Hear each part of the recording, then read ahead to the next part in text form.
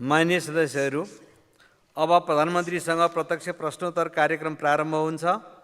सर्वप्रथम प्रश्नकर्ता माननीय सदस्य धनराज गुरुङलाई सम्माननीय प्रधानमन्त्रीसँग प्रश्न सोध्न अनुमति दिन्छु।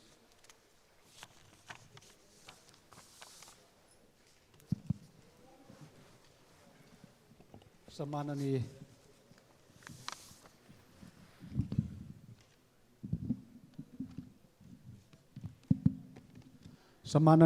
सभामुख महोदय, सर्वप्रथम त नेपाली प्रजातान्त्रिक आन्दोलनका प्रणेता बीपी कोइरालाको हिजो परेको स्मृति दिवस, साथै नेपाली कम्युनिस्ट आन्दोलनका प्रणेता पुष्पलाल श्रेष्ठको आज परेको स्मृति दिवसका सन्दर्भमा दुवै नेताप्रति उच्च सम्मान व्यक्त गर्दछु। सँगसँगै हिजो मात्रै भारी मतले 2/3 बहुमतले चाहिँ विश्वासको मत प्राप्त गर्नुभएका प्रधानमन्त्री एवं मन्त्री परिषदका सदस्य साथीहरूलाई हार्दिक बधाई एवं शुभकामना व्यक्त गर्न चाहन्छु। सम्माननीय सभामुख महोदय मार्फत सम्माननीय प्रधानमन्त्रीज्यूमा मेरो प्रश्न छ। नम्बर 1, आर्थिक वर्ष 2081-82 को बजेट वक्तव्यको क्रम सङ्ख्या 83, 84 र 85 मा उल्लेख भए बमोजिम गण्डकी त्रिभुज आयोजना आर्थिक दृष्टिकोणले महत्त्वपूर्ण छ। गण्डकी त्रिभुजमा पर्ने बुटोल पोखरा कोष्ठमा सिद्धार्थ राजमार्ग सडक खण्डलाई डेडिकेटेड 2 लेनमा स्तरोन्नति गर्ने कार्य कहिलेदेखि सुरु गर्ने र कहिलेसम्म सम्पन्न गर्ने लक्ष्य सरकारले लिएको छ। साथै हिउँदमा विद्युत आयात र वर्षातमा निर्यात गर्ने व्यवस्थाको अन्त गर्दै हिउँद वर्ष निरन्तर विद्युत निर्यात गर्ने अवस्थामा पुर्याउनका लागि जलाशययुक्त जलविद्युत आयोजना निर्माण गर्नुपर्दछ।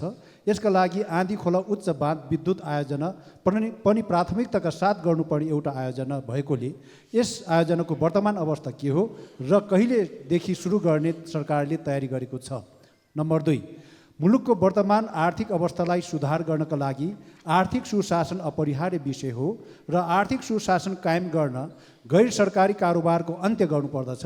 गैर कानुनी कारोबार अन्त्य गर्नका लागि सरकारको के तयारी छ? धन्यवाद।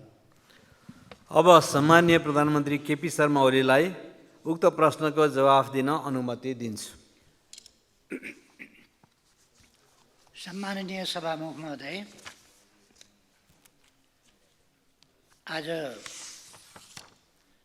नेपालको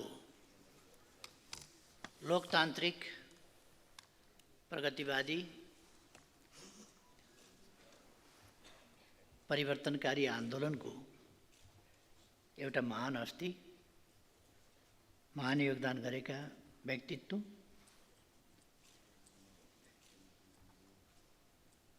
महान चिन्तक, एउटा महान दार्शनिक, इतिहासविद पुष्पलाल ज्यूको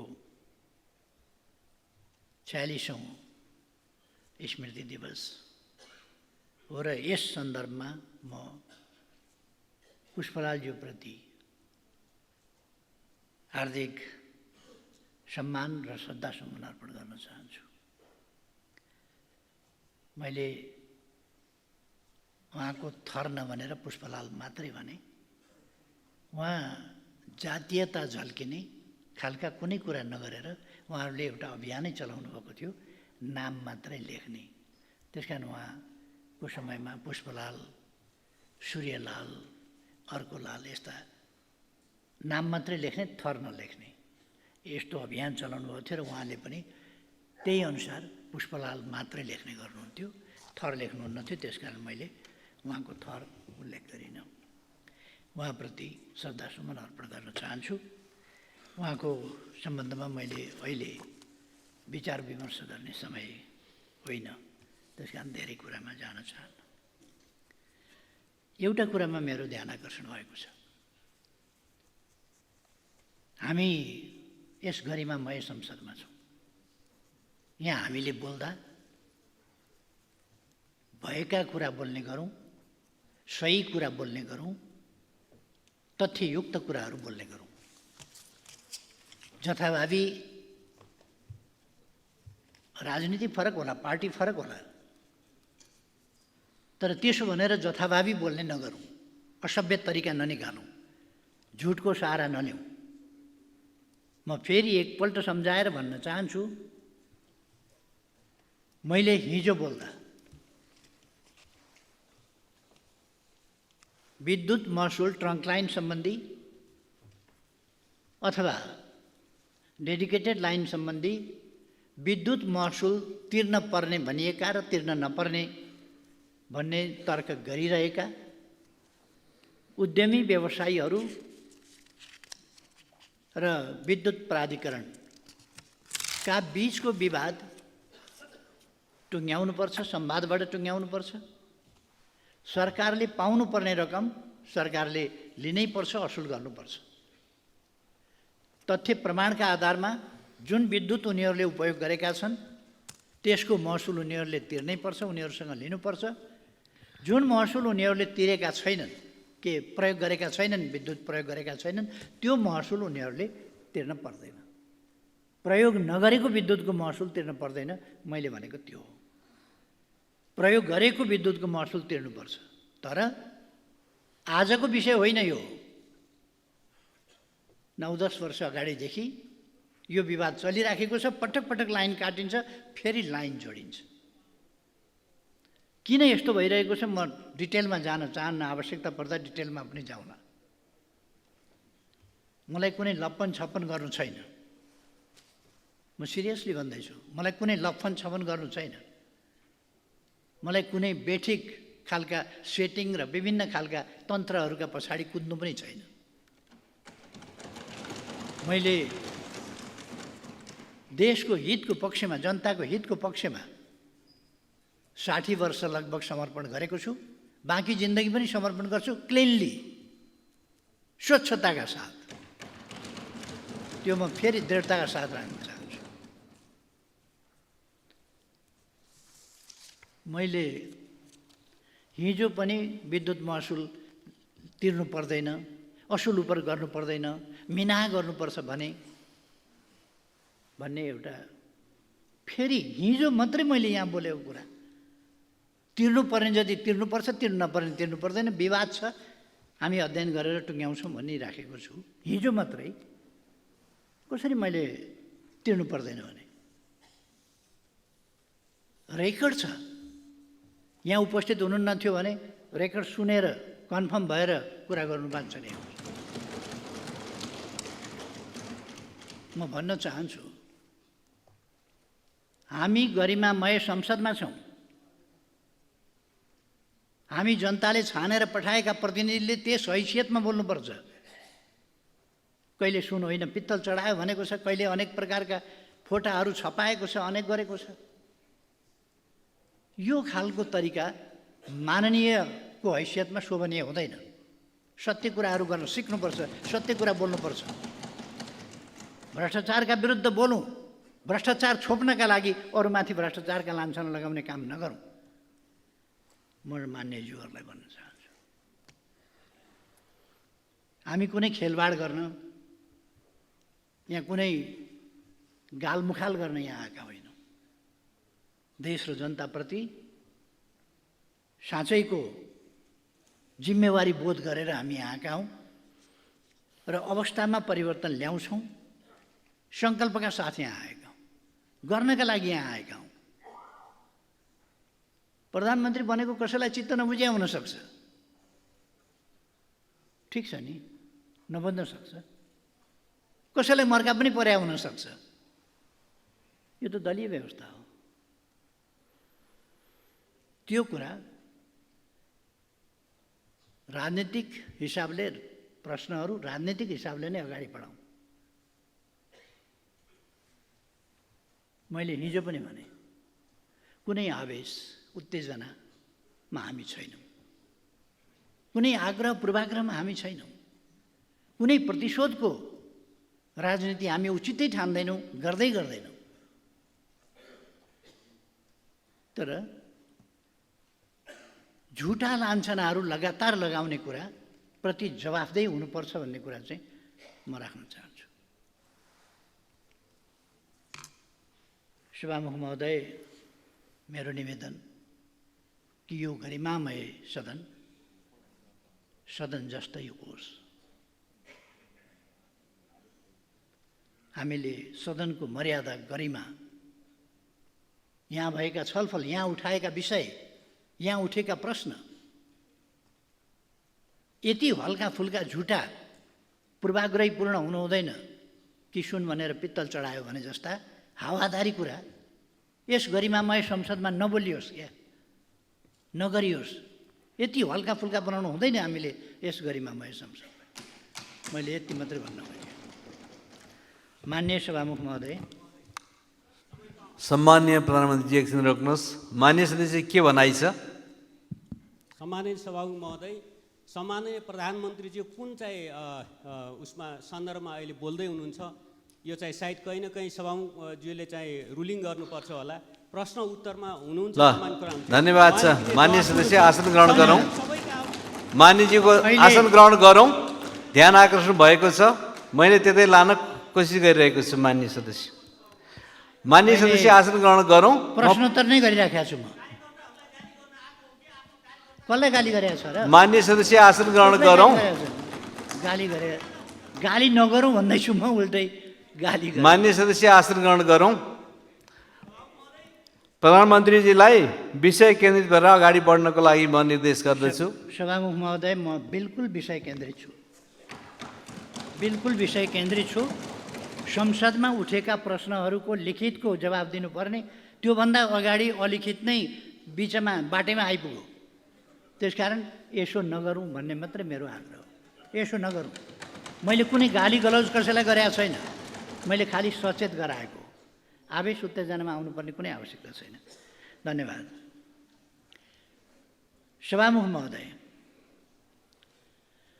बजेट वक्तव्यमा उल्लेख भएको भरतपुर, बुटवल, पोखरा, मुगलिन, भरतपुरलाई तीनवटा कोणमा राखेर गण्डकी आर्थिक त्रिभुजको परियोजना निजी क्षेत्रसँग सहकार्यमा एकीकृत विकासको अवधारणा अनुरूप नमुना विकास अभियान सञ्चालन गर्ने गरी भनेर ल्याइएको कार्यक्रम हो। यस कार्यक्रमबाट यातायात पूर्वाधारको विकास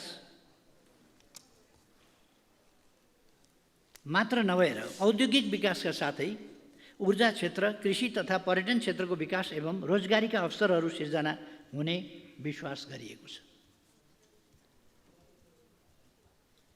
प्रस्तुत गण्डकी त्रिभुज आयोजना अन्तर्गत पर्ने बुटवल, पोखरा, सिद्धार्थ राजमार्ग सडक खण्डलाई 2 लेनमा स्तरोन्नति गर्न चालु आर्थिक वर्षमा बजेट विनियोजन गरिएको छ भने सिद्धबाबा सुरुङ मार्गको कार्य अन्तिम चरणमा पुगेको छ। चालु आर्थिक वर्षको पहिलो त्रैमासिकबाटै काम गर्ने गरी बजेट कार्यान्वयन कार्ययोजना तयार भइसकेको छ। यस सन्दर्भमा साउन महिनाबाटै काम अगाडि बढाउने गरी सम्बन्धित निकायलाई निर्देशन समेत भइसकेको छ। प्रस्तुत सडकलाई सुरक्षित, छिटो गतिमा आधुनिक एवं आर्थिक करिडोरको रूपमा विकास गर्न निजी पुँजी समेत परिचालन गर्ने गरी नवीनतम विधिमा विकास सहायता समेत परिचालन गर्ने गरी प्रक्रिया अगाडि बढाइएको समेत जानकारी गराउन चाहन्छु। यसमा यद्यपि यो त्रिभुज गण्डकी आर्थिक त्रिभुज परियोजना भन्ने जुन छ, यो कति पर्याप्त अध्ययन, कति विश्लेषण, सम्भाव्यताको अध्ययन, कति विषयहरू नभाच्ने गरी ल्याइएको छ, त्यो अलिकति हेर्नु त पर्ने छँदैछ। त्यो हेरिनेछ। फेरि पनि यो विकास निर्माणसँग आएको कुरा हुनाले यसमा रहेका कमीहरूलाई करेक्सन गरेर सच्याएर र यसलाई प्रभावकारी ढङ्गले कार्यान्वयनमा अगाडि बढाइनेछ। म त्यो मान्यज्यूलाई आश्वस्त पार्न चाहन्छु। मान्यज्यूले उठाउनु भएको दोस्रो विषय आँधी खोला उच्च बाँध विद्युत आयोजनाको सम्बन्धमा स्पष्ट गर्न चाहन्छु। स्याङ्जा जिल्लाको कालीगण्डकी गाउँपालिका मोती चौरको आँधी खोलामा प्रस्तावित बाँधस्थल र गल्याङ नगरपालिकाको वडा नम्बर 3 मा विद्युत गृह रहेको आँधी खोला जलाशययुक्त जलविद्युत आयोजनाबाट 180 मेगावाट विद्युत उत्पादन गर्ने लक्ष्य रहेको छ। हालसम्म यस आयोजनाको पूर्व सम्भाव्यता अध्ययन गर्ने कार्य सम्पन्न भई वातावरणीय अध्ययन कार्य स्वीकृत भइसकेको छ। हालसम्मको अध्ययनबाट आयोजना निर्माण गर्न प्राविधिक रूपमा उपयुक्त देखिएको छ। यस आयोजनाको निर्माण गर्न गल्याङ नगरपालिकामा 712 घरहरू विस्थापित गर्नुपर्ने चुनौती भने रहेको छ। यस आयोजना निर्माणका लागि मोडालिटी टुङ्ग्याई लगानी जुटाउने, updated feasibility and detail design report तयार गर्ने, बोलपत्र आह्वान गरी निर्माण गर्ने लगायतका कार्य स्वीकृत कार्ययोजना अनुसार अगाडि बढाउने विश्वास दिलाउन चाहन्छु। मान्यज्यूले उठाउनु भएको अर्को विषय आर्थिक सुशासन कायम गर्ने सम्बन्धमा प्रश्न गर्न चाहन्छु। वित्तीय अपराधको प्रभावकारी नियन्त्रणका लागि जोखिममा आधारित मूल्याङ्कन प्रणाली अवलम्बन गर्ने, अधिक जोखिम रहेका क्यासिनो, बहुमूल्य धातु, सहकारी, घर जग्गा, विप्रेषण र बैङ्किङ क्षेत्रको सघन सुपरिवेक्षण गर्ने व्यवस्था मिलाइनेछ भने भ्रष्टाचारमा शून्य सहनशीलताको नीति अनुरूप भ्रष्टाचारको दृष्टिले उच्च जोखिमका क्षेत्र पहिचान गरी नियन्त्रणका लागि एकीकृत रूपमा प्रवर्धनात्मक, निरोधात्मक तथा उपचारात्मक उपाय अवलम्बन गरिनेछ। भ्रष्टाचार न्यूनीकरण र सदाचार पद्धतिको प्रवर्धन गर्दै राज्यका समग्र क्षेत्रमा सुशासन कायम गर्नका लागि प्रविधि मैत्री सेवा प्रवाहमा जोड दिइनेछ।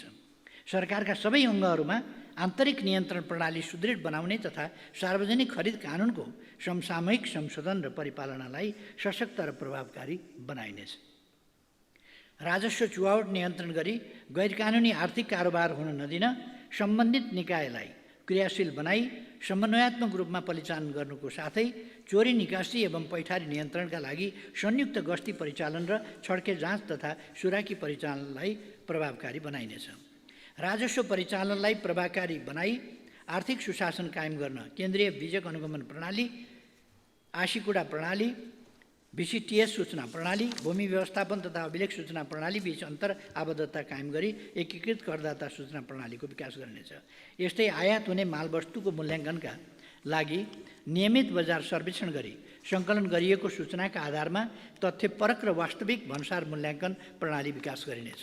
स्रोत परिचालनको दबावलाई न्यूनीकरण गर्न राजस्व परिचालनका अन्य क्षेत्र परिचालन गरी राजस्वको दायरा विस्तारलाई थप प्रभावकारी बनाइनेछ। आन्तरिक ऋणलाई समेत पुँजीगत प्रकृतिका ठूला पूर्वाधार निर्माणमा केन्द्रित गर्दै जाने व्यवस्था मिलाइनेछ। आर्थिक क्रियाकलापमा आएको सुस्ततालाई सम्बोधन गर्नुपर्ने अवस्था रहेको छ। विगत वर्षमा विधि प्रक्रिया पुरा गरी कार्य सम्पन्न गर्ने क्रममा विधि सम्मत रूपमा सृजित दायित्व यकिन गरी चालु आर्थिक वर्षभित्र भुक्तानी गर्ने व्यवस्था मिलाइनेछ। चालु आर्थिक वर्षको मौद्रिक नीतिलाई थप लचिलो बनाई मुलुकको व्यावसायिक वातावरणमा थप सुधार गरिनेछ। मिटर ब्याज, सहकारी, लघुवित्तका क्षेत्र तथा क्रिप्टोकरेन्सीको प्रयोग तथा हुन्डी लगायतका माध्यमबाट ठगीका घटना बढ्दै गएकाले यस प्रकारका आर्थिक अपराधका घटनामा विद्यमान स्रोत साधन र उपलब्ध जनशक्तिबाट प्रभावकारी रूपमा अनुसन्धान गरी दोषीलाई कारबाहीको दायरामा ल्याइनेछ।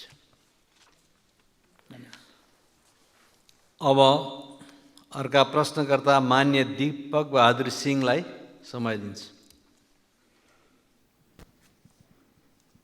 सम्मान्य सभामुखज्यू, सम्मान्य प्रधानमन्त्रीज्यू,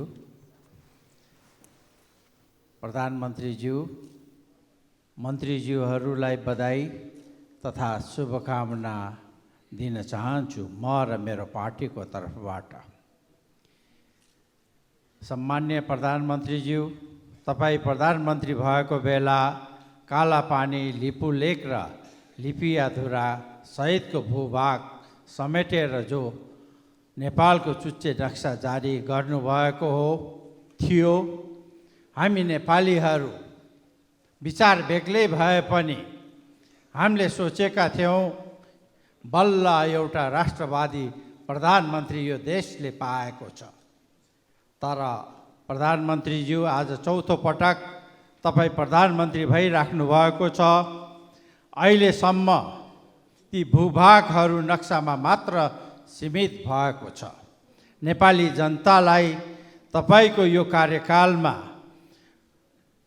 ती भूभागहरू नेपालको अधीनमा स्वामित्वमा आएको 3 करोड नेपाली जनताहरूले हेर्न चाहिराखेको छ।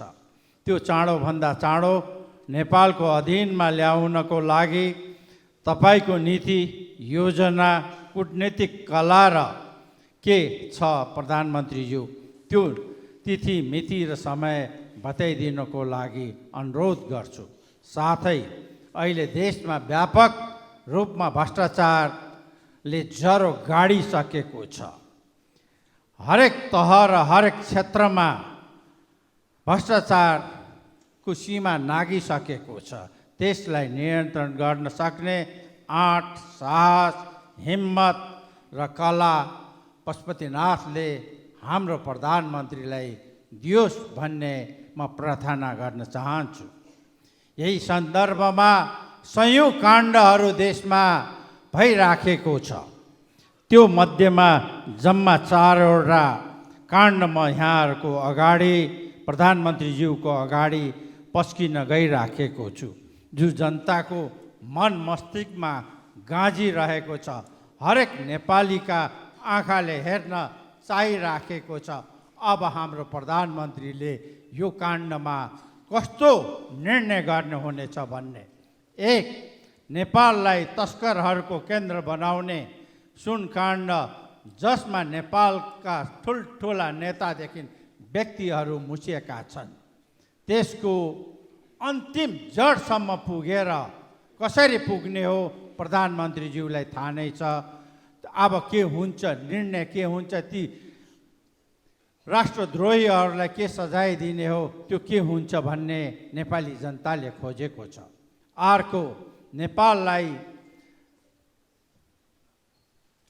लाखौँ गरिब जनताहरूको सहकारीमा राखेको पैसा अरबौँ रुपियाँ बर्मलुट गरेकालाई पर्दाफास गर्न जनताहरूले जम्मा गरेका पुँजी बचत रकम जनतालाई कहिले फिर्ता गर्न सकिन्छ, त्यसको जवाफ जनताले मागिराखेको छ। सहकारीमा कुनै एउटा मात्र पार्टीको नाम यही हाउसमा पटक पटक आइराखेको छ, तर जति ठुल्ठुला पार्टी छन् त्यति नै मान्छे सहकारीमा मिसिएको त्यो विभिन्न सहकारीको डाटाबाट थाहा भइसकेको छ। त्यसको जवाफ जनताले माग्न चाहिरहेको छ। गिरीबन्धु टी स्टेट सरकारको सम्पत्ति हो। अब सरकारले यसलाई कसरी सट्टा भर्नाको माध्यमबाट कि त्यो भेगमा उद्योग धन्दा, कल कारखाना र नगर विकासको परिधारणा गरिकन एउटा सिटी डेभलप गर्ने हो, त्यो अदालतले निर्णय गरिसकेको हुनाले त्यसमा चाहिँ त्यतातिर पनि ध्यान दियोस् र प्रधानमन्त्रीज्यूको के विचार छ त्यो पनि जनताले जान्न चाहन्छ। अर्को कुरो, हिजो भर्खर यही सदनमा उपसभामुखज्यूको बारेमा विभिन्न कुराहरू हाम्रै अगाडि गर्दाखेरि मैले यही टिभीमा देखेको थिएँ, आँखाभरि आँसु राखेर। एउटा सोसल फिल्डमा काम गरेको एउटा महिला जनजातिको लागि चाहिँ त्यस्तो गर्नु उचित थिएन सब प्रधानमन्त्रीज्यू। आज उहाँले त खाली माननीय सदस्य प्रश्न सकियो, अलिकति बाँकी छ सभामा। त्यो लेखेर दिएकै प्रश्न हो। यो भुटानी शरणार्थीमा त्योभन्दा पनि खतरनाक छ। यही जवाफ माग्नको लागि म प्रधानमन्त्रीज्यूलाई माननीय सदस्य लिखित प्रश्न बाहिर नजाउँ। ल अब सम्माननीय प्रधानमन्त्रीज्यू जवाफ दिनुहोस्।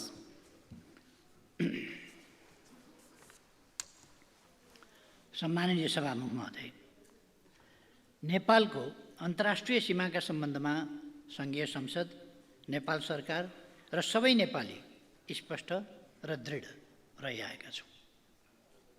नेपालको संविधानको मिति 77-3-4 भएको दोस्रो संशोधन मार्फत नयाँ नक्सा समेटी संविधानको अनुसूची 3 मा राखिएको तथा सीमा सम्बन्धी विषयमा हामी बीच अभूतपूर्व राष्ट्रिय सहमति रहेको छ। सुगौली सन्धि 1816 बमोजिम, लिम्पियादुरा, कालापानी र लिपुलेक लगायत काली अर्थात् महाकाली नदी पूर्वका सबै भूभाग नेपालको हो भन्ने कुरामा नेपाल सरकार दृढ र स्पष्ट रहेको छ। उच्चस्तरीय भ्रमणहरूका अवसरमा नेपाल र भारतका प्रधानमन्त्री बीच भएको भेटवार्तामा समेत सीमा सम्बन्धी विषयलाई स्थापित कूटनीतिक संयन्त्रहरू मार्फत समाधान गर्ने गरी अगाडि बढ्ने समझदारी भएको छ। गत 2080 साल पुस 19मा सम्पन्न परराष्ट्र मन्त्री स्तरीय नेपाल भारत संयुक्त आयोगको 7औं बैठकमा समेत सिमानाको विषयमा छलफल भएको र नेपाल भारत सीमाको बाँकी खण्डमा काम छिटोभन्दा छिटो सम्पन्न गर्ने प्रतिबद्धता व्यक्त भएको छ। नेपाल भारत सीमा कार्य समूह नेपाल इन्डिया बाउन्ड्री वर्किङ ग्रुपबाट नेपाल भारत सिमानामा सीमा स्तम्भहरूको निर्माण, पुनर्स्थापना र मर्मतका साथै 10 गजा एवं क्रस होल्डिङको लगत तयार गर्ने जस्ता प्राविधिक कार्य निरन्तर रूपमा हुँदै आएका छन्। द्विपक्षीय अनुकूलतामा यसका बैठक सुचारू गर्ने सम्बन्धमा पहल भइरहेको छ। सुगौली सन्धि, विभिन्न नक्सा, ऐतिहासिक तथ्य तथा प्रमाण समेतका आधारमा सीमा समस्यालाई भारत सरकारसँग वार्ता र कूटनीति मार्फत समाधान गर्ने नेपाल सरकारको निरन्तर अडान र प्रतिबद्धता रहिआएको छ। सोही अनुरूप हाम्रो सक्रिय पहल रहने कुरा म स्पष्ट पार्न चाहन्छु। यस सम्बन्धमा दार्चुला जिल्लाको छाङ्ग्रुमा सशस्त्र प्रहरी बल नेपालको गुल्मे स्थापना गरिएको छ भने दार्चुला जिल्लामा भारततर्फ 5 वटा र चीनतर्फ एउटा गरी 6 वटा बिओपीहरू समेत थप गरिएको छ। सुशासन, सेवा प्रवाह र विकास निर्माणको बाधकको रूपमा रहेको भ्रष्टाचार निवारण वर्तमान सरकारको प्रमुख प्राथमिकताको विषय हो। भ्रष्टाचार निवारणका लागि सरकारले सम्भाव्य सबै उपायहरूको अवलम्बन गर्नेछ। सुनकाण्ड, सहकारी ठगी, नक्कली भुटानी शरणार्थी लगायतका मान्यज्यूले उठाउनुभएका विषयहरूमा म के प्रश्न पार्न चाहन्छु भने आम जनताको चाहना बमोजिम राष्ट्रिय हितको रक्षा गर्न, भ्रष्टाचार नियन्त्रण गरी सुशासन कायम गर्न सरकार प्रतिबद्ध छ। ठुला साना जोसुकै भए पनि दोषीलाई कानुनी दायरामा ल्याइने प्रतिबद्धता व्यक्त गर्न चाहन्छु। यस सम्बन्धी कतिपय विषयहरू न्यायिक निकायहरूमा विचाराधीन समेत रहेकाले सोही बमोजिम न्याय निरूपण हुनेछ। र म थप के भन्न चाहन्छु भने कुनै पनि प्रकारको भ्रष्टाचार सम्बन्धमा मुलायजा गरिने छैन, कुनै पनि दल विशेष भनेर हेरिने छैन, छुट्याइने छैन, कोही पनि भ्रष्टाचार गर्ने व्यक्तिका अनुहार हेरिने छैन। अनुहार नहेरिकन व्यवहार हेरेर कारबाही गरिनेछ। यसमा म गरिमामय संसदका सबै मान्य सदस्यज्यूहरूलाई ढुक्क रहन आग्रह गर्न चाहन्छु। धन्यवाद। अब प्रश्नकर्ता मान्य सदस्य डाक्टर धवल शमशेर जङ्गबहादुर राणा।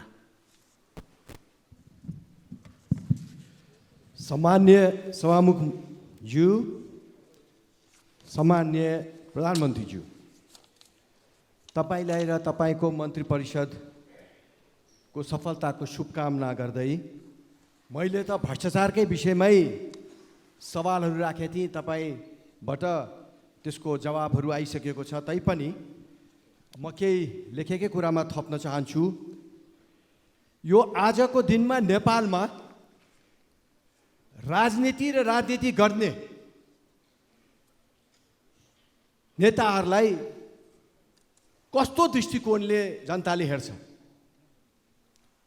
यो दृष्टिकोणलाई सुधार गर्नको लागि हामीले 2046 सालबाट नेताहरूको सम्पत्ति छानबिन गरेर दोषीलाई कारबाही गर्न पर्ने आवश्यकता छ। प्रधानमन्त्रीज्यू, र प्रतिष्ठित ठाउँमा पद ओगटेका नेताहरूले अकुत सम्पत्ति कमाएको कहाँबाट आयो भन्ने कुरालाई छानबिन गर्नुभयो भने धेरै नेताहरू जेल जान्छन्। यो विषयमा प्रधानमन्त्रीज्यू गम्भीर हुनुहुन्छ भनेर मैले विश्वास लिएको छु। संविधानलाई नि के सकारात्मक रूपमा परिवर्तन गर्ने भनेर भन्नुभएको छ, त्यो पनि तपाईँले गर्नुहुन्छ भन्ने विश्वास लिएको छु। र भ्रष्टाचारकै विषयमा कुरा गर्दाखेरि हिजो मात्रै यो गरिमय सदनभित्र एकजना पूर्व मन्त्री, हालका सांसदले आफ्नो छोराको सर्टिफिकेटलाई टेकुमा गएर इक्विभलेन्स गर्दाखेरि दिनभरि उहाँलाई झुल्यायो, लट्क्यायो र 5 बजे बज्न लगाएपछि 5,000 रुपियाँ बिचौलियालाई दिएपछि उहाँको काम कागज तुरुन्तै हातमा आयो। उहाँले यस्तो भन्दा भन्दा यो सदन तरङ्गित भएको मैले देखिनँ। एकजना सांसदलाई नि त्यहाँ कर्मचारीका घुस दिएर काम गराइन्छ र सदन तरङ्गित हुँदैन। हामी गम्भीर हुँदैनौँ। हामीले देशलाई कहाँ पुगाइसकेको रहेछौँ। सदनभित्र सांसदसित पैसा मागेर पैसा लिँदाखेरि पनि हामीले त्यो विषयमा गम्भीरता देखाउन छाडिसकेको छौँ। मान्य त्यस कारणले- सदस्य आफ्नो लिखित प्रश्न पढ्न सक्नुहुन्छ, त्योभन्दा धेरै व्याख्यामा नजाउँ। धन्यवाद। के हो लिखित प्रश्न त्यसलाई सट्ट राखिदिनुहोस्। अन्तिममा हिजो राति पूर्व मन्त्री रामचन्द्र रायजीको फारममा उहाँको बर्बर रूपले हत्या भएको छ। प्रधानमन्त्रीज्यू, यो विषयमा दोषीलाई कारबाही हुन्छ भन्ने विश्वास लिएको छु। धन्यवाद। सम्माननीय प्रधानमन्त्रीज्यू। सभामुख महोदय,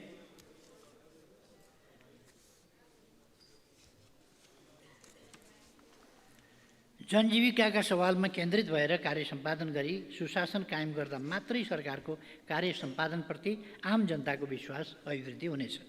तसर्थ विभिन्न समयमा चर्चामा आएका भ्रष्टाचार र अकुत सम्पत्ति आर्जनका आरोपहरूको निष्पक्ष र स्वतन्त्र छानबिनमा सरकार प्रतिबद्ध छ। जहाँसम्म सहकारीको विषय छ, यसमा सहकारी क्षेत्र तथा बचतकर्ताहरूले भोग्नु परेका समस्या सम्बोधन गर्न विगतमा गठित कार्यदलहरूबाट प्राप्त हुन आएका सुझाव एवं सहकारी पीडितहरूसँग पटक पटक गरिएका सहमतिहरू कार्यान्वयन गर्न भूमि व्यवस्था, सहकारी तथा गरिबी निवारण मन्त्रालयबाट विभिन्न प्रयासहरू अगाडि बढेका छन्। समस्याग्रस्त घोषणा भएका सबै सहकारी संस्थाका बचतकर्ताहरूसँग अनलाइन मार्फत माग गरिए बमोजिम 59,587 वटा मागदाबी निवेदन प्राप्त भएको र 35,51,72,35,000 रुपैयाँ बराबरको दायित्व यकिन गरिएको छ। सहकारी कर्जा असुली न्यायाधिकरण, कर्जा सूचना केन्द्र र सहकारी बचत तथा कर्जा सुरक्षण कोष स्थापना गर्ने प्रक्रिया अगाडि बढाइएको छ र बजेट समेत सुनिश्चित गरिएको छ। सहकारी नीतिको परिमार्जन मस्यौदा तयार गरिएको छ। सहकारी ऐन 2074 को संशोधन मस्यौदा तयारीको चरणमा रहेको छ। मान्यज्यूले उठाउनु भएको अर्को विषय संविधान संशोधनसँग सम्बन्धित रहेको छ। संविधान संशोधन राष्ट्रिय आवश्यकता र राष्ट्रिय हितलाई मनन गरी राजनीतिक दलहरूबीच राष्ट्रिय सहमति जुटाउँदै अघि बढाइने विश्वास दिलाउन चाहन्छु। संविधान संशोधनको विषय कसैको लहरको विषय होइन र यो समयको माग, देशको आवश्यकताका लागि हो भन्ने कुरा मैले हिजो पनि भने, फेरि दोहोऱ्याउँछु। वर्तमानमा देखिएका समस्या सम्बोधन गरी संविधानलाई अझ जीवन्त बनाउन र देशलाई स्थायित्व र समृद्धिको मार्गमा अगाडि बढाउन सरकारमा रहेका र नरहेका सबै दलहरूसँग छलफल र परामर्श गर्दै यस कार्यलाई अगाडि बढाउने विश्वास दिलाउन चाहन्छु। मान्यज्यूले उठाउनुभएका अन्य विषयका सम्बन्धमा पूर्व प्रश्नकर्ता मान्यज्यूहरूको उत्तरमा समेत यी कुराहरू स्पष्ट पारिसकेका छु। अब प्रश्नकर्ता मान्य सदस्य दीपक बोहरा अनुपस्थित देखिनु भएकोले उहाँको अनुपस्थितिमा उहाँको तर्फबाट प्रश्न सोध्न उपयुक्त देखिएन, अत सूचीबाट उक्त प्रश्न हटाएको कुरा म प्रश्न पार्न चाहन्छु। यस पछाडि प्रश्नकर्ता मान्य सदस्य देवी प्रकाश भट्टचन्द आफ्नो प्रश्नलाई वाचन गरेर प्रश्न राखिदिनुहोला।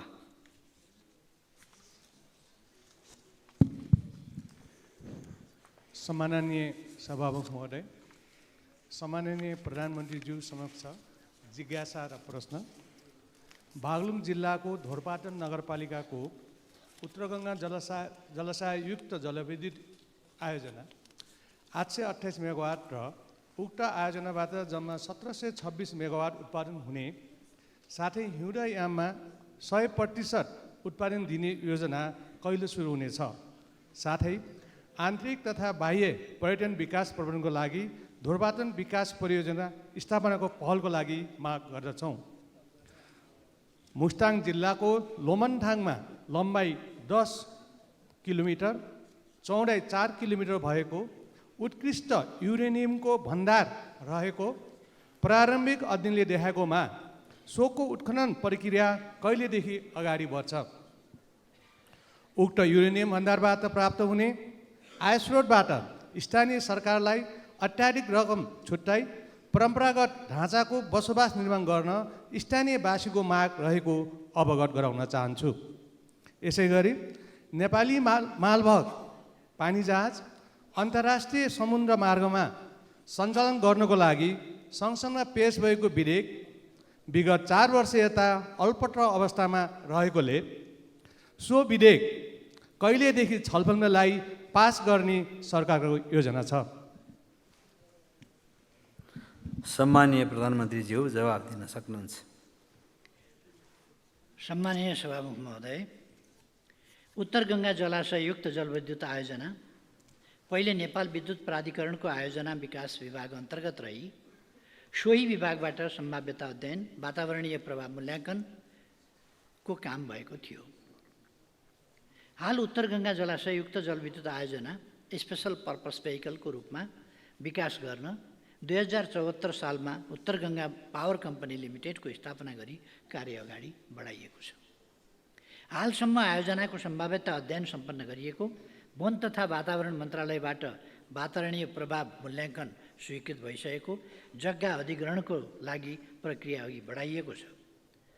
विद्युत उत्पादन अनुमति पत्रको लागि विद्युत विकास विभागमा आवेदन दिइसकिएको छ। हाल एनईए इन्जिनियरिङ कम्पनी मार्फत आयोजनाको review of feasibility study and basin and intervention option स्टडीको कार्य भइरहेको छ। एनईए इन्जिनियरिङ कम्पनी मार्फत आयोजनाको review of feasibility study and in basis and intervention option स्टडीको अन्तिम प्रतिवेदन प्राप्त भएपछि कन्स्ट्रक्सन मोडालिटी र फन्डिङ मोडालिटी निर्क्युल गरी आगामी 4 वर्षभित्र आयोजना निर्माण सम्पन्न गर्ने लक्ष्य रहेको छ। खानी तथा भूगर्भ विभागबाट अन्तर्राष्ट्रिय अटोमिक सङ्गठनको सहयोगमा भएको प्रारम्भिक अन्वेषणबाट मुस्ताङको लोमाङथाङ क्षेत्रमा उत्खनन योग्य गुणस्तर र परिमाणमा युरेनियमको खनिज भण्डार रहेको देखाएको छ। युरेनियम रणनीतिक खनिज भएकोले यसको उत्खनन पूर्व केही कानुनको सुधार, प्रयोगशालाको स्तरोन्नति, जनशक्ति विकास सँगसँगै गरी विस्तृत अन्वेषण र औद्योगिक उपयोगको मोडालिटी र सङ्गठन ढाँचा तय भए पश्चात मात्र उत्खनन गर्न सकिने देखिन्छ। यस कामको सन्दर्भमा पहिले नै म प्रधानमन्त्री दोस्रो कार्यकालमा हो क्यार म प्रधानमन्त्री भएको बेला होइन, पहिल्यै कार्यकालमा म प्रधानमन्त्री भएको बेला मैले त्यहाँ अन्वेषण गर्ने र त्यहाँ युरेनियम छ कि छैन भनेर पत्ता लगाउने काम गरेको थिएँ र त्यहाँ युरेनियम छ भनेपछि त्यसको सुरक्षाको, त्यस क्षेत्रको युरेनियम क्षेत्रको सुरक्षाको जिम्मा नेपाली सेनालाई लगाइएको थियो। त्यो ठाउँ सुरक्षित छ र त्यसको विधि पुर्याएर मैले यहाँ भने जस्तै यसको विस्तृत अन्वेषण र औद्योगिक उपयोगको मोडालिटी र सङ्गठन ढाँचा तय भएपछि मात्रै उत्खनन गर्न सकिने देखिने कुरा मैले निवेदन गरेकै छु। पानी जहाजको सञ्चालन तथा व्यवस्थापन सम्बन्धी कानुनलाई संशोधन र एकीकरण गर्न बनेको विधेयक नेपाल सरकार मन्त्री परिषदबाट मिति 81/3/27 संसदमा पेश गर्ने प्रयोजनार्थ स्वीकृत भई संसदमा पेश गर्ने प्रक्रियामा रहेको जानकारी गराउँदछु। अब प्रश्नकर्ता माननीय सदस्य दिलेन्द्र प्रसाद बडुलाई आफ्नो प्रश्न राख्न अनुमति दिन्छु।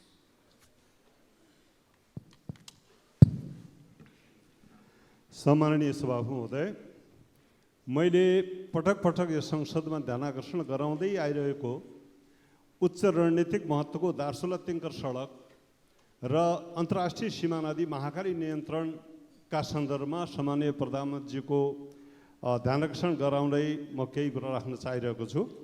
नेपालको चुच्चे नक्साको भूगोलभित्र पर्ने लिफुलेक, लिम्पियाधुरा, कालापानीसित जोडिएको पश्चिमोत्तर सीमामा अवस्थित दार्चुलाको ब्यास गाउँपालिका वडा नम्बर 1 छाङ्ग्रो र तिङ्करमा बसोबास गर्ने जनताले सो क्षेत्रबाट आफ्नै जिल्लाको सदरमुकामसम्म कुन्छा ओहोरदोहोर गर्न र आवत जावत गर्न समेत विगत लामो समयदेखि भारतीय भूमि भएर नै यात्रा गरिरहनु परेको बाध्यात्मक र पीडादायक अवस्थाबारे सम्माननीय प्रधानमन्त्रीज्यू जानकार हुनुहुन्छ भन्ने विश्वाससहित म प्रश्न गर्न चाहन्छु कि यस्तो पीडादायी र बाध्यात्मक परिस्थिति अन्त्य गर्ने र जनतालाई आफ्नै सीमाभित्रको भूगोलमा छिटोभन्दा छिटो सडक सुविधा पुर्याउने बारेमा वर्तमान सरकारको कति वर्षीय कार्ययोजना छ र त्रिदेशीय व्यापार, पर्यटन र राष्ट्रिय स्वाभिमानसित समेत सोझै जोडिएको उक्त सडकलाई राष्ट्रिय गौरवको योजनामा सूचीकृत गरी छुट्टै बजेट उपशीर्षक राखेर स्रोत सुनिश्चित गर्ने र आवधिक योजनासहित निर्माण सम्पन्न गर्नुपर्ने होइन र?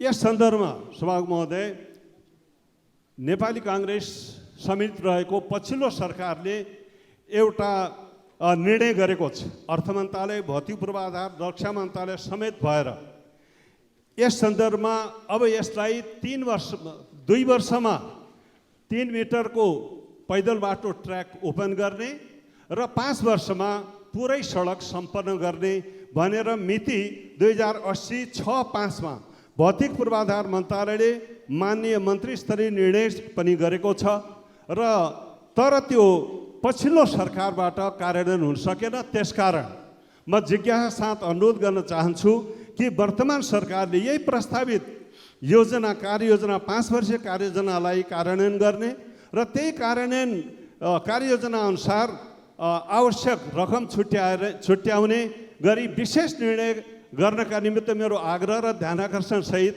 म सम्माननीय प्रधानमन्त्रीको यस बारेमा स्पष्ट र सकारात्मक जवाब पनि चाहन्छु। हस्, धन्यवाद। सम्माननीय प्रधानमन्त्रीज्यू, अब जवाब दिन सक्नुहुन्छ। अर्को छ? अझै छ? ल, राख्नुहोस्। सडकको सन्दर्भमा भयो। अब अर्को चाहिँ मैले महाकाली नदीको सन्दर्भमा नदी नियन्त्रणका सम्बन्ध राखेको छु। महाकाली नदी नियन्त्रणको सम्बन्ध, अब महाकाली नदी भारत र नेपाल दुवैको अन्तर्राष्ट्रिय सीमा नदी हो। यसमा भारततर्फ र हाम्रोतर्फ 2017 सालको बाढीले धेरै ठुलो कटान गर्यो र हाम्रो सदरमुकामको धेरै ठुलो हिस्सा काटिएर नदीले केही बगायो भने केही इन्डियासित मिसिन पुगेको अवस्था पर्यो।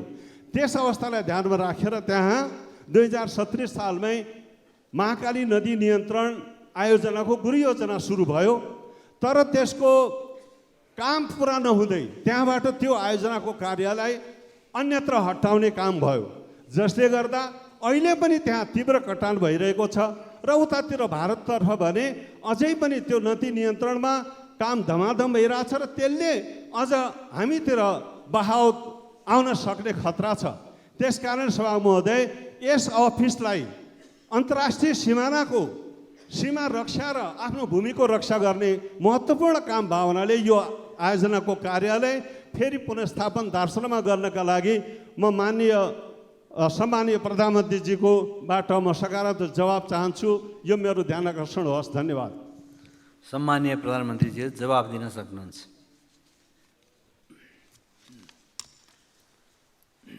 सम्माननीय सभामुख महोदय, मान्यज्यूले उठाउनु भएको प्रश्नको सम्बन्धमा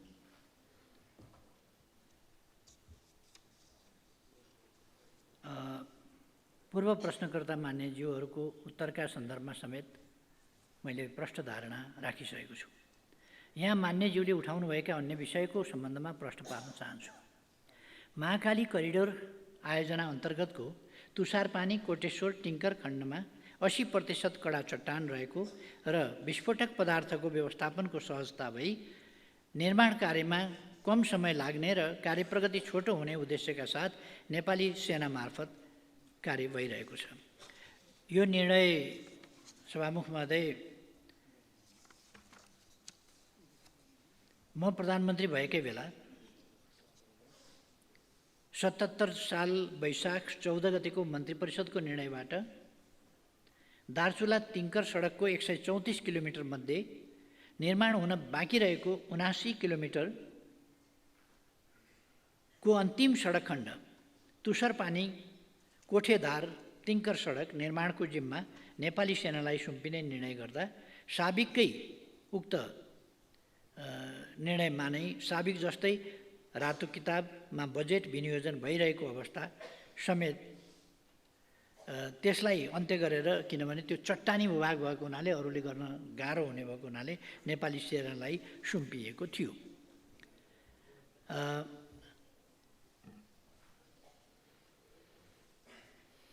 र त्यसलाई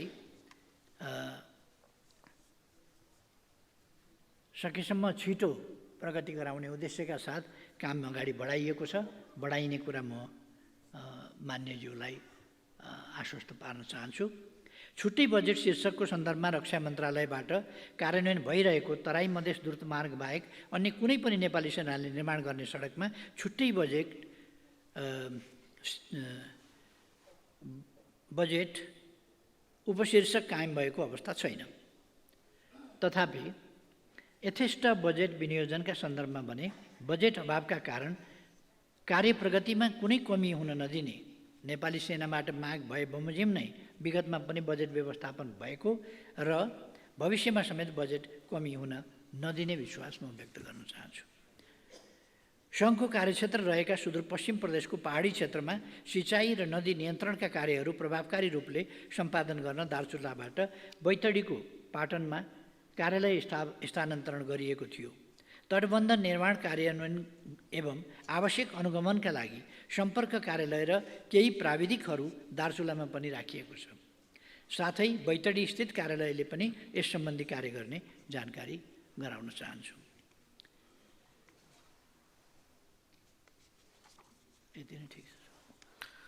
अब प्रश्नकर्ता मान्य सदस्य दुर्गा राईलाई प्रश्न राख्न अनुमति दिन्छु।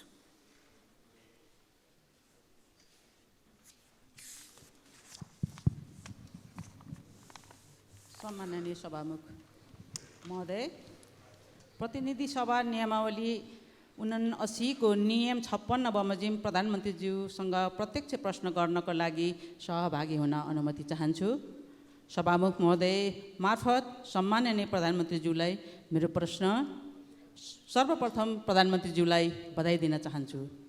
गत असार 17 गते मध्यराति के पर्यो त्यस्तो आपद 12 घण्टा उज्यालो पर्खिन नसकिने गरी संसदको पहिलो र दोस्रो सङ्ख्याका ठुलो दलहरूले 7 बुँदे सम्झौता गर्नुको कारण के हो र यसलाई आम नेपाली नागरिकले थाहा पाउँदा विद्रोह गर्ने बुँदाहरू समावेश छन् र अर्को कुरा संविधान संशोधन गर्ने भन्दै आम उत्पीडितहरूको प्राप्त अधिकार खोज्न लागि त होइन भन्ने आम उत्पीडित समुदायहरूको चासो छ।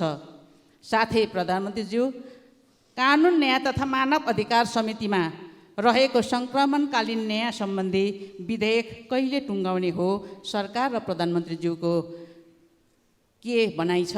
मेरा प्रश्नहरू प्रधानमन्त्रीज्यू लिखित रूपमा 4 गते मैले बुझाएको हुनाले यस सम्मानित सदनलाई मैले आफ्ना प्रश्नहरू फेरि प्रत्यक्ष रूपमा प्रधानमन्त्रीज्यूलाई सोध्न मेरो त कर्तव्य सोचे। त्यसैले जवाफ हिजो आए तापनि मैले 4 गते बुझाएको क्वेसन भएको हुनाले आज फेरि प्रधानमन्त्रीज्यूलाई प्रत्यक्ष सोध्ने अनुमति चाहे। धन्यवाद। सम्माननीय प्रधानमन्त्रीज्यू जवाफ दिन सक्नुहुन्छ। सभामुख महोदय, म प्रश्नकर्तालाई धन्यवाद दिन चाहन्छु। मैले नबुझेको कुरा के भने नि, हामी यो गरिमामय संसदको समय हामी सांसदहरू कस्ता कुरामा अल्झिनुपर्छ, कस्ता कुरा अल्झिनु हुँदैन। पार्टीहरूका बिचका सहमति एएमभित्र हुनुपर्छ कि पिएमभित्र हुनुपर्छ, कति बजेर कति मिनट जाँदा हुनुपर्छ, यस्तो कुनै कहीँ कतै छ र? यस्तो हुन्छ कहीँ कतै? यो एएमभित्र सक्नुपर्छ या पिएम लागेपछि गर्न हुँदैन, या पिएमभित्र सक्नुपर्छ, वा यति बजेर यति मिनट गएपछि अफिस अफ हुन्छ। पोलिटिकल पार्टीहरूको अफिस अफ हुँदैन, पोलिटिकल एक्टिभिटीको अफिस अफ हुँदैन, घडीको अफिस पनि अफ हुँदैन, समयको गति पनि अफ हुँदैन। त्यसकारण यो समय गतिशील समय छ। त्यति बेला थकाइ लागेकाहरू सुत्छन्, दिउँसो पनि सुत्छन् नि, थकाइ नलागेकाहरू बस्छन्, काम पनि गर्छन्, लेखकहरू बस्छन्, चिन्तकहरू बस्छन्, अरू पनि बस्छन्, विचार विमर्श गर्नेहरू पनि बस्छन्। त्यसकारण यस्तो सानोतिनो कुराहरूमा टाउको दुखाएर समय खेर फाल्नु म कुनै आवश्यकता देख्दिनँ। आम नेपाली नागरिकले थाहा पाउँदा विद्रोह गर्ने कुराहरू पनि समाजमा छन् र भनेर हिजो त भनिसकेँ त मैले। त्यसपछि त मैले बुझाउनु भएको छ प्रश्न। हिजो मैले भनिसकेँ के छन्, 7वटा जवाब मैले त भनिसकेँ। बुँदामा के छ त 7वटा बुँदामा सबै देशका लागि, जनताका लागि, जनताको हितमा। अब कसैलाई त मर्का पर्या हुनसक्छ, मैले अघि नै भने कसैलाई मर्का पर्या हुनसक्छ, त्यो बेग्लै कुरा हो, तर यो देशको जनताको हितको पक्षमा छ, त्यो प्रतिबद्धताका साथ यो गरिएको हो। अब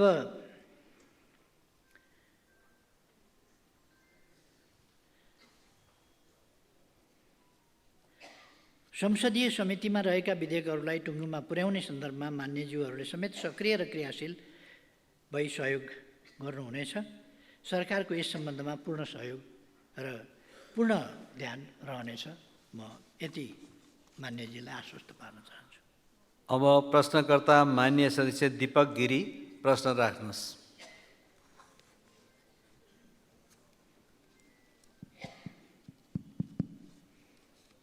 सम्मान्य सभामुखज्यू, सम्मान्य प्रधानमन्त्रीज्यू, म सर्वप्रथम नेपाली राजनीतिका शिखर पुरुष महामानव बिपी कोइराला, शिखर पुरुष पुष्पलालजीलाई श्रद्धासुमन टक्राउँदै म आफ्ना केही भनाइहरू राख्न चाहन्छु। सम्मान्य सभामुख महोदय, सम्मान्य प्रधानमन्त्रीज्यू, यस सम्मानित सदनमा म सर्वप्रथम सम्मान्य प्रधानमन्त्रीजीलाई तपाईँको नेतृत्वमा सरकार गठन भएकोमा हार्दिक बधाई ज्ञापन गर्दै सफल कार्यकालको शुभकामना व्यक्त गर्दछु। वास्तवमा जब जब मुलुक सङ्कटहरूको भुमरीमा रुमलिन थाल्छ तब तब नेपाली कङ्ग्रेस र नेकपा एमाले एकसाथ उभिएर सङ्कटको निकासका लागि अग्रसर भएको इतिहास छ। यस्ता सङ्कटकालीन अवस्थाहरूमा राज्यले अभिभावकको जिम्मेवारीपूर्ण भूमिका निर्वाह गर्नुपर्नेमा राजनीतिक खिचातानीमै हामी अल्झ्यौँ। त्यसो त गत निर्वाचनमा नेपाली काङ्ग्रेस यो देशको प्रमुख दलका रूपमा निर्वाचित जनताले चुने र दोस्रो दलका रूपमा एमाले भयो र तेस्रो दलका रूपमा नेकपा माओवादी रहन पुग्यो। अत सरकार सञ्चालनका लागि कसैको बहुमत नपुग्दा मुलुकको प्रमुख दल कहिले प्रतिपक्षमा बस्नुपर्ने त कहिले तेस्रो दलले नेतृत्व गरेको सरकारमा सामेल हुनुपर्ने संसदीय अभ्यासको हामीले सामना गर्नु पर्यो। प्राविधिक रूपमा जे जस्तो रहे पनि यस्तो अभ्यासले हाम्रो संसदीय प्रणालीको खिल्ली उडारेको हामी सबैले अनुभव गरेकै हो। यस्तो राजनीतिक अस्थिरताका कारण सरकारले जनजीविकाका सवालमा प्रभाव गर्नुपर्ने सेवाहरूमा तदारुकता नहुनु स्वाभाविक थियो र यस्तो हुँदा संसदीय लोकतन्त्रप्रति नै प्रश्न गरेर जनतामा भ्रम सृजना गर्नेहरूको खेती क्रमशः सुरु हुँदै गर्दा संसदीय लोकतन्त्र समावेशीकरण र खास गरी परिवर्तित प्रणालीको रक्षाका लागि मुलुकका प्रमुख दल एक ठाउँमा उभिन जरुरी थियो। हाल ढिलै भए पनि राजनीतिक कोषले एउटा उचित मार्ग पहिलाएको छ। यसका लागि पनि म शुभकामना दिन चाहन्छु। सम्माननीय सभामुख महोदय, म प्रधानमन्त्री समक्ष मेरो केही प्रश्नहरू राख्ने अनुमति चाहन्छु। गत असार 28 गते त्रिशुलीमा 2वटा यात्रु बस दुर्घटना भएको खबरले देश शोकमग्न बनेको छ भने अझै यात्रुहरूको अवस्था अज्ञात छ। यस सन्दर्भमा प्रधानमन्त्रीज्यू मार्फत म यो जान्न चाहन्छु कि सार्वजनिक यातायात तथा सडक सुरक्षा सुनिश्चित गर्न सरकारको नीति के छ? नेपालमा कति यात्रुवाहक सवारी साधनहरू सञ्चालित छन्? ती सबै सडकहरूको अवस्था मापदण्ड अनुसार छ कि छैन? सडकमा चल्ने सवारी साधनको यान्त्रिक अवस्था के कस्तो छ? कुन खालको सडकमा कस्ता वाहनहरू चल्न अनुमति छ? यस्ता विषयहरू नागरिकसँग प्रत्यक्ष सरोकार राख्ने विषय भएकोले उपयुक्त अनुसार यातायात व्यवस्थापन र नियमन गर्ने निकायहरूको कार्यक्षमता र कार्यकुशलता आजको अवस्था अनुसार छ कि छैन? मेरो दोस्रो प्रश्न छ, एमसिसी कार्यान्वयन भएको 1 वर्ष हुन लाग्दैछ। 5 वर्षभित्र सक्नै पर्ने शर्त हामीले स्वीकार गरेका छौँ। यही सदनबाट हामीले पारित गरेका छौँ। 1 वर्षको प्रगति कस्तो छ? यही गतिमा काम गरेर हामी 5 वर्षभित्र काम सक्छौँ त? हामीले स्वीकार गरेका शर्त अनुसार देश हितमा विकासलाई गति दिने कि नेपालीहरू आफैले स्वीकार गरेको शर्तमा काम गर्न सक्दैनन् भन्ने इमेज बनाउने? यदि हामीले काम गर्न सकेनौँ भने यस्ता सहयोगहरू भविष्यमा पाउन अप्ठ्यारो पर्ला कि भन्ने विषयमा प्रधानमन्त्रीको जवाब सुन्न चाहन्छु। धन्यवाद। जय नेपाल। सम्माननीय प्रधानमन्त्रीज्यू जवाब दिन सक्नुहुन्छ। सभामुख महोदय, म प्रश्नकर्ता मान्यज्यूलाई धन्यवाद भन्न चाहन्छु। र गत असार 28 गते त्रिशुलीमा भएको यात्रु बस दुर्घटनामा परेर हराएका 62 जनामध्ये हालसम्म 25 जनाको शव फेला परेको छ। त्यसमध्ये 18 जनाको शनाखत भएको छ भने 7 जनाको शनाखत हुन बाँकी रहेको छ। आजको मितिमा नेपाली सेना 14 जना, नेपाल प्रहरी 56 जना र सशस्त्र प्रहरी बल नेपालका 126 जना गरी 197 जना सुरक्षाकर्मीले खोजी कार्य गरिरहेका छन् भने श्रावण 5 गतेदेखि 12 जना भारतीय गोताखोरहरू समेत परिचालन गरिएको छ। शवहरू बगेर भारतीय भूमिमा समेत पुगेको अनुमान गरिएकाले भारतको पश्चिम चम्पारण स्थित स्थानीय प्रशासन मार्फत शव खोजीका लागि भारतीय दूतावास मार्फत अनुरोध गरिएको छ।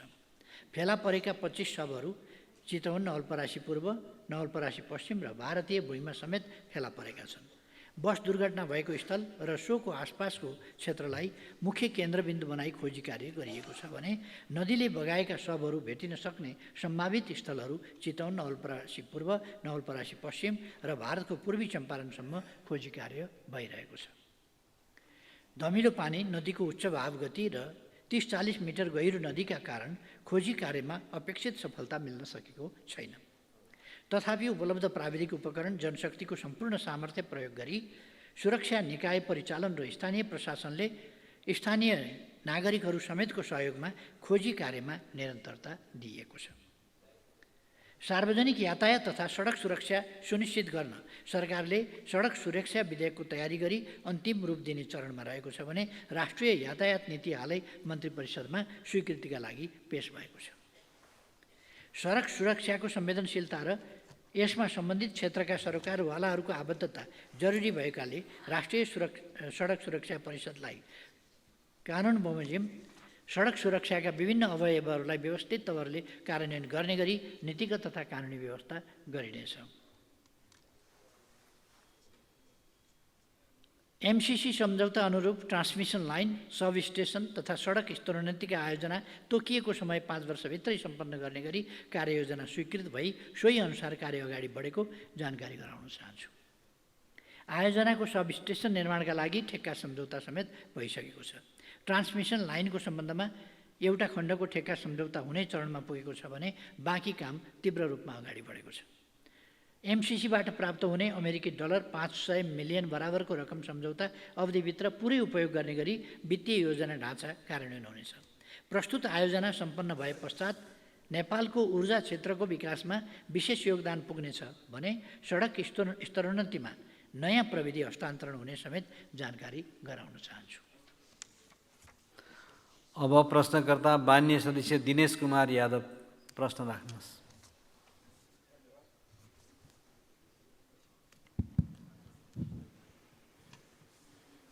सम्माननीय सभामुख महोदय, सम्माननीय प्रधानमन्त्रीज्यू, आज प्रत्यक्ष प्रश्नको रूपमा हामीले आज 22 आज हिजो 6 गते बिपी स्मृति दिवस र आज पुष्पलालजीको आज स्मृतिको दिवसको अवसरमा उहाँहरूप्रति हार्दिक श्रद्धाञ्जली अर्पण गर्न चाहन्छु। सम्झन चाहन्छु पञ्चायतकाल, राणा शासनकाल र आज ती नेताका आदर्शहरूलाई सम्झेर त्यही बाटोतिर हामी लागू भने सम्झना गर्दै हार्दिक श्रद्धाञ्जली दिन चाहन्छु। साथसाथै नव परिवेश, नव स्थितिमा आज जुन गठबन्धन बनेको छ, प्रतिपक्ष पहिलो पार्टी र दोस्रो पार्टीको बिचमा केपी ओलीजीको नेतृत्वमा उहाँको कार्यकाल र पुरै मन्त्री परिषदलाई हार्दिक बधाई र शुभकामना दिन चाहन्छु। सँगै एउटा इतिहास बनाउन पनि माँ भगवतीसँग कामना गर्न चाहन्छु कि यो देशले फेरि संसदीय व्यवस्थाको विकल्प खोज्न नपरोस्। त्यसकारण हामी सम्पूर्ण संसदले आज 70 वर्षदेखि गरेको सङ्घर्षलाई अगाडि लाउँदै आम जनताको विश्वासलाई जित्ने काम यो क्याबिनेटले गर्नेछ भन्ने विश्वास राख्दै आज मेरो 3वटा प्रश्न छ। एउटा प्रश्न हो, कोशी सम्झौता अनुसार कोशी बाहिरैदेखि नेपालको सिमानासम्म, सिमाना भारतको सिमाना लोकिस बजारसम्म 32 किलोमिटर पश्चिमी केनाल नहर पर्दछ, जो बारम्बार चर्चामा पनि आउने गरेको छ। त्यो नहरमा भारतको सिमानामा दुवैतर्फ त्यो ड्याममा पक्की सडक बनेको छ। नेपालको दक्षिणी भेगमा पर्ने यो नहर जो 32 किलोमिटर पर्छ, त्यस भेगको जनतालाई यति असहनीय भएको छ कि गर्मीमा धुलायाम हुन्छ, वर्षामा हिलो हुन्छ। त्यो त्यहाँको भेगका जनताहरूलाई आवत जावत गर्न साह्रै कठिनाइ परेको छ। यस कुरामा हामीले सम्बन्धित राजदूत जाँदाखेरि हामीले ध्यान आकर्षण सर्वदलीय गराएका पनि हौँ, तर पहल हुन सकिरहेको छैन। त्यसकारण मेरो सम्माननीय प्रधानमन्त्रीसँग आग्रह छ कि यसमा यो कोशी सम्झौता अनुसार नै पहल गर्नको लागि, कूटनीतिक पहल भारतसँग गर्नको लागि मेरो हार्दिक अनुरोध छ। दोस्रो, 70 जिल्लालाई हामी पहिला सगरमाथा अञ्चल भन्ने गर्थ्यौँ, जसको सदरमुकाम राजविराज थियो। सोलुदेखि राजविराजसम्म हामीले पहिला पनि धेरै प्रयास गरेको कि यो सडक सगरमाथासँग जोडेर 70 को भारतको सिमानासँग एउटा सडक कायम होस्। तर धेरै प्रयासहरू भयो, धेरै सरकारको कार्यक्रमहरूमा, तर हुन सकेन। तर अहिले हुलाकी सडक अन्तर्गत यो सडकलाई विगत वर्षमा गाईघाटदेखि लिएर भारतको बनिनिया सीमासम्म लगभग 30 किलोमिटर पर्छ, जसको हुलाकी सडकले अर्थ मन्त्रालयमा स्वीकृतिको लागि फाइल पेश गर्दा त्यो हुन सकेन।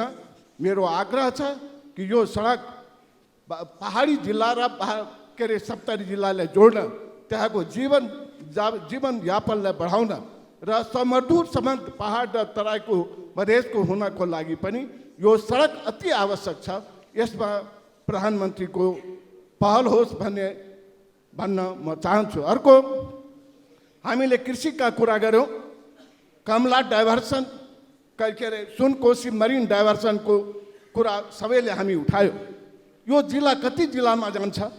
पूर्वको जिल्ला पर्ने 70 सिरहामा यो पानी पुग्न सक्दछ, त्यहाँको किसानलाई सिँचाइ हुन सक्दछ। त्यसकारण आग्रह छ कि राष्ट्रिय गौरवको योजनाभित्र राखेर कमला कोशी डाइभर्सनलाई त्यहाँ 70 सम्मको सिँचाइ योजनामा परिवर्तन गर्नको लागि प्रधानमन्त्रीसँग हार्दिक अनुरोध छ। धन्यवाद। जय नेपाल। प्रश्नभन्दा मान्यज्यूले त माग राख्नुभयो जस्तो देखियो। खैर जे होस्, सम्माननीय प्रधानमन्त्रीज्यू जवाब दिन सक्नुहुन्छ। सभामुख महोदय, नेपालको भूभागमा पर्ने कोशी पश्चिम नहरको बाँधमा क्रमशः सडक कालोपत्रे भइरहेको छ। नहरको किनार अतिक्रमित भएकोले उक्त अतिक्रमण हटाई कालोपत्रे गर्न नेपाल सरकार, नेपाल र भारत द्विपक्षीय संयन्त्र मार्फत अनुरोध गरिनेछ। अर्को दोस्रो प्रश्न, उदयपुरको गाईघाटदेखि भारतीय सीमासम्मको सडक निर्माणको सन्दर्भमा पूर्व तयारीका कार्यहरू सम्पन्न भई गत आर्थिक वर्ष 80-81 मा स्रोत सहमति माग भएकोमा आर्थिक चापका कारण अगाडि बढाउन नसकिएकोले यस आर्थिक वर्षमा प्राथमिकताका साथ अगाडि बढाउने काम गरिनेछ। तेस्रो प्रश्न मान्यज्यूले उठाउनु भएको, नेपाल र भारतबाट संयुक्त रूपमा कोशी उच्च बाँधसँगै सुनकोशी कमला डाइभर्सन अध्ययनको चरणमा रहेको छ। अध्ययन सम्पन्न भएपछि यसको कार्यान्वयन अगाडि बढाइनेछ। यसै सन्दर्भमा मान्यजीले सुनकोशी मरिनको पनि कुरा गर्नुभएको थियो। त्यो मैले नै त्यसको शुभारम्भ शिलान्यास पनि गरेको थिएँ, त्यस आयोजनालाई अगाडि बढाएको थिएँ र यसलाई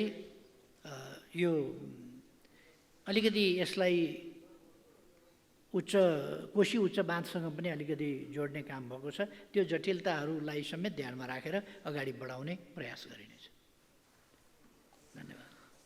अब प्रश्नकर्ता माननीय सदस्य दीपा शर्मा, प्रश्न आधारित संक्षिप्तमा राखिदिनुहोस्। प्रश्न पढ्नुहोस्। सम्माननीय सभामुख महोदय, आज नेपाल कम्युनिस्ट पार्टीका संस्थापक नेता आदरणीय पुष्पलालको 46औं स्मृति दिवसको अवसरमा उहाँप्रति उच्च सम्मानसहित भावपूर्ण श्रद्धाञ्जली व्यक्त गर्न चाहन्छु। हाम्रो पार्टीका श्रद्धेय अध्यक्ष एवं सम्माननीय प्रधानमन्त्री केपी शर्मा ओली लगायत उप प्रधानमन्त्री र मन्त्रीज्यूहरूलाई हार्दिक बधाईसहित सफल कार्यकालको सफलताको शुभकामना व्यक्त गर्न चाहन्छु।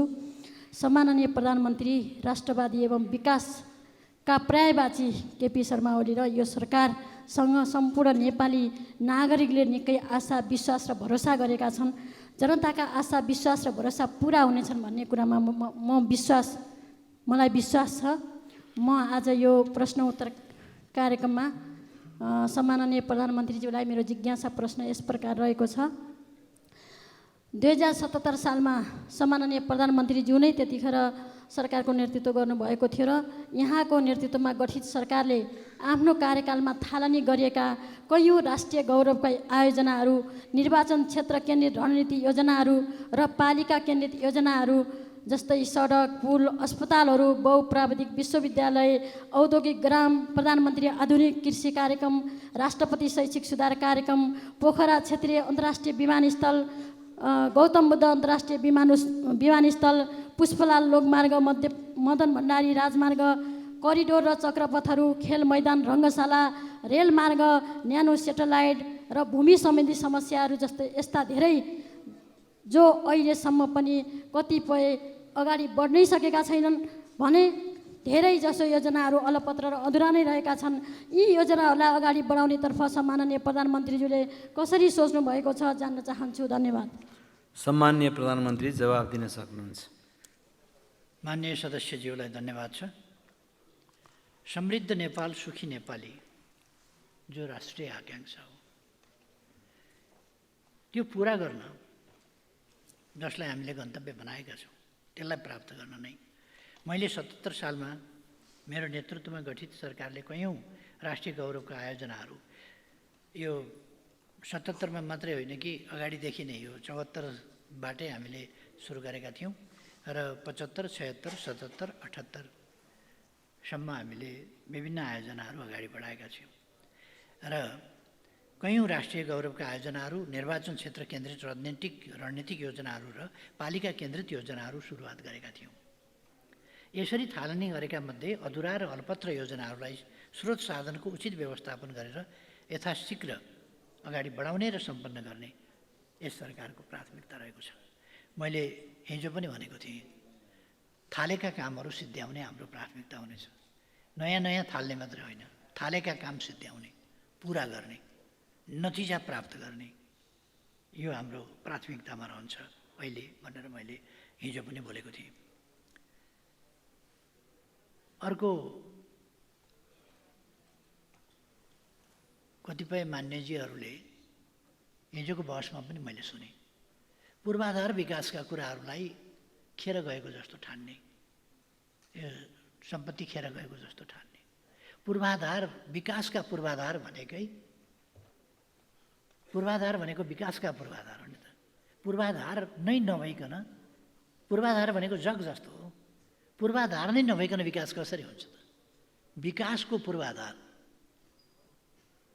त्यसकारण पूर्वाधार भनेको विकासभन्दा अगाडि आउने चिज हो। त्यसले विकास अगाडि बढाउँछ, विकास अगाडि बढाउन मद्दत गर्छ। त्यसकारण त्यसलाई पूर्वाधार भनिन्छ। त्यो कुरा अलिकति नबुझ्न खोजेको जस्तो, अस्पताल भवन किन बनायो, विद्यालय भवन किन बनायो, कतिपय राष्ट्रिय गौरवका कुराहरू हुन्छन्, किन बनाइए, त्यसले कति लिटर दुध दियो, कति बोरा धान फल्यो, कति घोगा मकै फले जस्तो हिसाब हुँदैन त्यसको। हाम्रा कतिपय गौरवका कुरा हुन्छन्, हाम्रा कतिपय इतिहासका कुरा हुन्छन्, कतिपय ऐतिहासिक धरोहरहरू हुन्छन्, हाम्रो संस्कृति हुन्छ। त्यसकारण यसलाई ठ्याक्कै तत्कालको आयव्ययमा मात्रै जोडिँदैन। त्यसको विकासको समग्र विकासको अभियानसँग, गतिसँग र विकासका आधारसँग र उपलब्धिहरूसँग त्यसको सरोकार हुन्छ। सीमित स्रोत र साधनको सदुपयोग गर्दै राष्ट्रिय गौरव, रूपान्तरणकारी प्राथमिकता प्राप्त र राष्ट्रिय महत्त्वका अन्य आयोजनाहरूका बजेट अभाव नहुने व्यवस्था पनि मिलाइनेछ। हाल कार्यान्वयनमा गएका आयोजना अन्तर्गतका ठेक्काहरूको कार्य सम्पन्न गर्न आवश्यक बजेट व्यवस्था गरिनेछ। साथै ठेक्का व्यवस्थापनलाई चुस्त बनाइने र जिम्मेवार पक्षलाई जवाबदेही बनाइनेछ। आज 10 जना मान्यहरूले लिखित प्रश्न पठाउनु भएको भए पनि 1 जना प्रश्नकर्ता अनुपस्थित रहनुभयो। 9 जना मान्यज्यूहरूले प्रश्न गर्नुभयो। मैले सबै मान्यज्यूहरूका सबै प्रश्नहरूको जवाफ उपयुक्त ढङ्गले दिएको छु भन्ने ठानेको छु र म सबै प्रश्नकर्ता मान्यज्यूहरूलाई र सबै प्रश्नोत्तर कार्यक्रममा सहभागी सबै मान्यज्यूहरूलाई पनि धन्यवाद भन्न चाहन्छु। सभामुख महोदयले समय दिनुभएकोमा धेरै धेरै धन्यवाद। सम्माननीय प्रधानमन्त्रीलाई आफ्नो आसन ग्रहण गर्न अनुरोध गर्दछु।